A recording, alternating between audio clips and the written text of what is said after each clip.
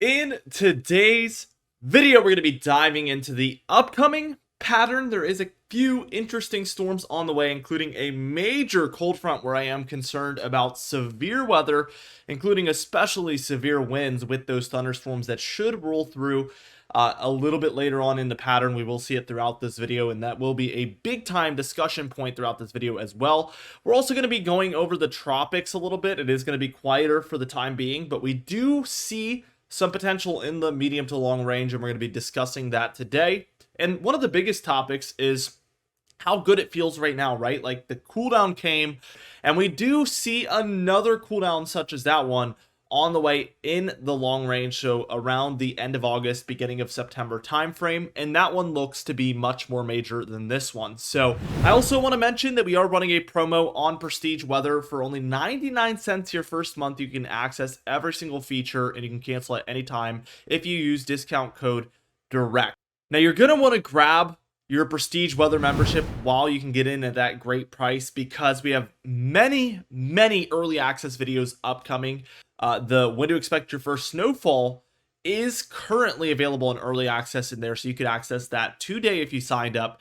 And we also have many new features that I have never seen in another weather community at all. Awesome ideas that I've been coming up with, and they are in the works currently, so you can get in at this awesome price, gain those awesome perks that are coming very soon. It is going to be a whole new look within Prestige Weather very shortly, so you're going to want to get in, you're going to want to check it out today. So you can use the links in the description or pinned comment down below to do so. Let's just dive into things and take a look here at the upcoming pattern. And as you can see, by later on this afternoon, what we're seeing is overall the west, quite a bit of storminess. We do see snowfall happening out there in the west of Canada. Very small amounts for the higher elevations, but it is there in August, which is crazy. The northeast is dealing with some showers and thunderstorms around. Nothing too crazy. Could be a little bit of a nastier day, and it will make things a little cooler, obviously, up there with the clouds, the rain. So those cold temperatures are going to feel even cooler compared to normal. The southeast, we are seeing some tropical activity. It's probably not going to develop at this point, but we're going to eyeball it over the coming days. There is just tropical thunderstorms out there that just don't get that swirl on any of the model guidance. But this is bringing some tropical downpours to Florida, Bahamas, Cuba, as well, even Dominican Republic and Haiti, Jamaica, Central America. We're seeing kind of the same thing. And then throughout Georgia, South Carolina, and Alabama, there is areas of these same types of activity. Let's go ahead and take this one step further. I want to take us to Thursday on August 22nd, and what we see is the West again is getting the heart of that activity, especially the Pacific Northwest, 4 corner states and Rockies, and then up there for the upper Midwest and Northern Plains. We are also seeing quite a bit of activity up in that corner of the nation. We can see that the Southeast is still seeing kind of the same conditions. Same story with some of the Northeast. It is a little bit further north, but a lot of the same here in the East. I want to take us towards Friday on August 23rd, and we are seeing continued thunderstorms and showers out west. Some broad low pressure in here. We're seeing a couple of low pressure areas out west, and this is really just going to be a theme out west here for a little bit. The low pressure just all around, and that is going to bring overall cloudier and stormier weather, which is what we're already seeing here, of course. Now, these tropical downpours get a little bit worse here, especially off the southeast, where we could see some of this come on shore for South Carolina, perhaps North Carolina as well, as it is very close there, all over the place off the southeast coast, including the Bahamas, Florida still, coastal Georgia. These areas could experience these storms, and they are pretty potent, so keep that in mind. Let's take it towards Saturday on August 24th, and we see that out west we are dealing with continued thunderstorm activity for the Pacific Northwest, Rockies, here some of the plains of Canada and the very far western plains of the United States, of course. For the southeast, again, continued tropical downpours, really nothing too crazy. Sunday here on August 25th, we're seeing that the Rockies and some of the plains there are dealing with these showers and thunderstorms. We are seeing some specks of blue in there for Montana, Idaho, and Wyoming. We talked about this yesterday, but there is some very high mountaintop snowfall occurring there around that kind of Saturday, Sunday, Monday timeframe. So very interesting stuff. In the east, it's much more isolated. You know, there's a slim chance that you see a passing shower or thunderstorm, but it is died down from what it once was. Very isolated and very hit or miss, to say the least. By the time we are reaching Monday on the 26th, we do begin to see kind of a cool down building here for kind of the west and central areas of Canada. This is going to blast into the eastern states. It's almost hard to believe, and it's going to be hard to believe by this point, Monday on the 26th. Almost a week from now, we continue to see this activity for the Gulf Coast and the East Coast here. But really, the theme here is a little bit of a trough in the west and then a massive ridge, which is kind of establishing itself in the east, where warm air is racing northward, even reaching the Hudson Bay here from these very tropical climates. So very hot pattern following this nice cool down that we're in, but a very, very strong cool down and a nice relief from that heat is on the way. So I want to reiterate that again for you guys. Tuesday the 27th, what we're seeing is a weaker low south of the Hudson Bay. We're seeing some storms across Canada from this, rainfall, even some thunderstorms. It wants to develop a cold front here as well. We do see this other low behind it out west, and this is going to be the primary one that really brings the hammer here. So let's keep going towards Wednesday. We see this low really fails to develop a strong enough cool down to deter this warm air, which is still just running rampant throughout the central and eastern states. But we do see a very strong cold front trying to develop here across Montana, North Dakota here as well by Wednesday the 28th. And by Thursday the 29th, we see this low rapidly racing into eastern Canada. Strong cold front underneath because we have this hugely warm and humid air out ahead of this. And then we have very, very cool, again, cooler than what we're seeing now, air compared to normal, very dry as well. And that is going to cause a lot of instability in here. So I am watching this very closely. Potentially a bit of a severe weather outbreak could be on the way for portions of the northern plains, upper Midwest, Ohio Valley, maybe even the Mid-Atlantic and Northeast as this thing is on its way. So let's just take a look. Here is Friday on the 30th. Again, 996 up here. This is just not a good look. Swirling cold front right here. Very violent. We're seeing many states involved here now in this area of concern, even eastern Canada, Ohio, Pennsylvania, New York, West Virginia, Indiana, Kentucky, Tennessee, Virginia, North Carolina, even a little bit there, southern Illinois, southern Missouri, northern Arkansas, and even eastern Oklahoma here could be in really wanting to look out for severe weather. I think especially straight line winds with this type of a storm, as I mentioned in the beginning of the video. This just looks like a very violent pattern. Look at this jet stream doing something along these lines. That's never a good thing when you see it inverting like that. This is a violent look. Could be. This is a little early to say, but I mean, it could be a derecho type event. Who knows? That's kind of the look that I'm getting here, especially with the speed that this thing is moving in. I could imagine this having a very, very long period of strong damaging wind. That's probably the high end of what this storm has the potential to be, though. But I am watching very closely for a straight line wind event at the very least. And we can see that it is reaching towards the East Coast between Friday and Saturday. That's going to be the 30th into the 31st of August. Keep in mind that this thing is racing in. I mean, absolutely racing in, moving so quickly, and that is going to aid in the damaging wind, unfortunately.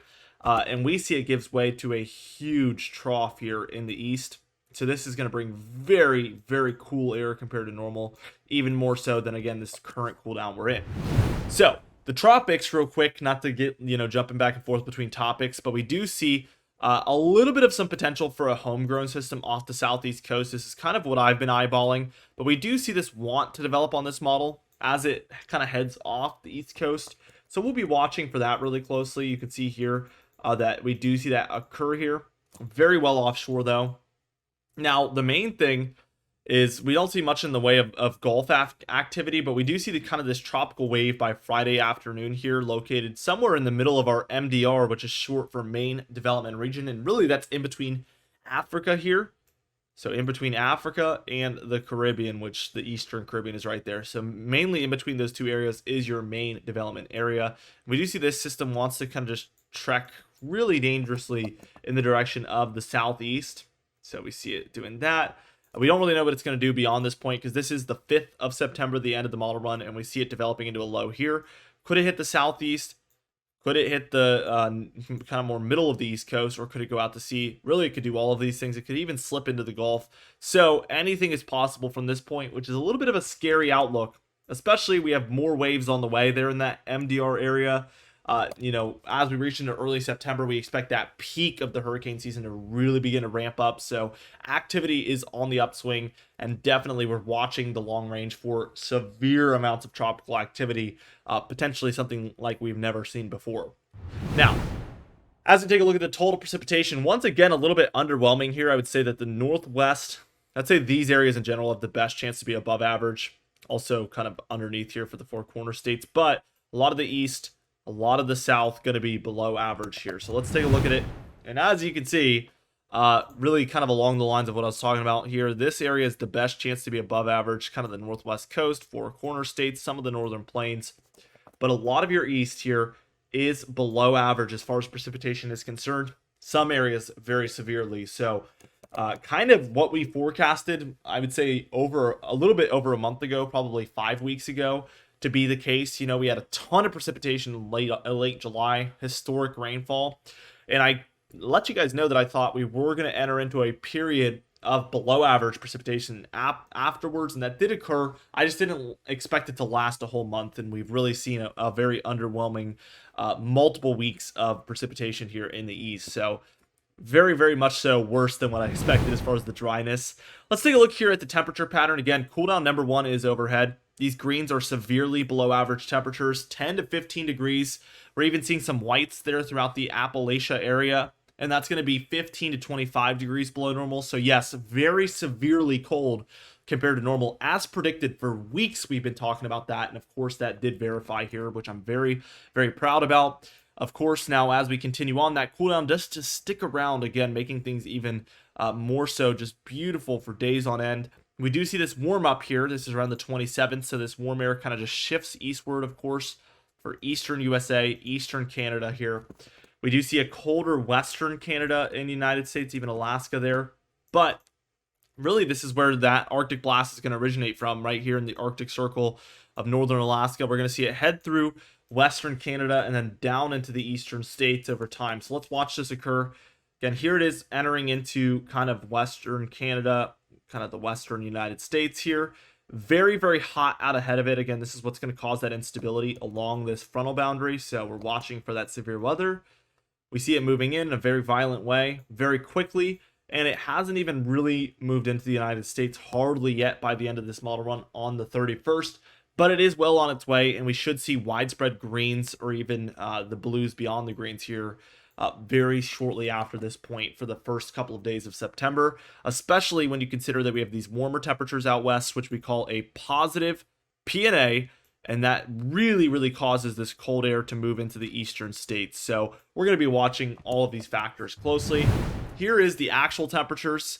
I mean, we're really reaching lows into the upper 40s, lower 50s here with this current cool down. So really, really cold, especially when compared to normal here across some of the Great Lakes, Ohio Valley, Mid-Atlantic, and the Northeast here. As we just move on, we see these are going to eventually warm up, but we do get this cool down on the way. We can hardly see it. Let's move up into the central states for the end of this model run here. And there it is. So this is the next one that's on the way. We're seeing these lows again in the 50s and upper 40s. That is going to be coming towards the eastern United States for the first couple of days of September here.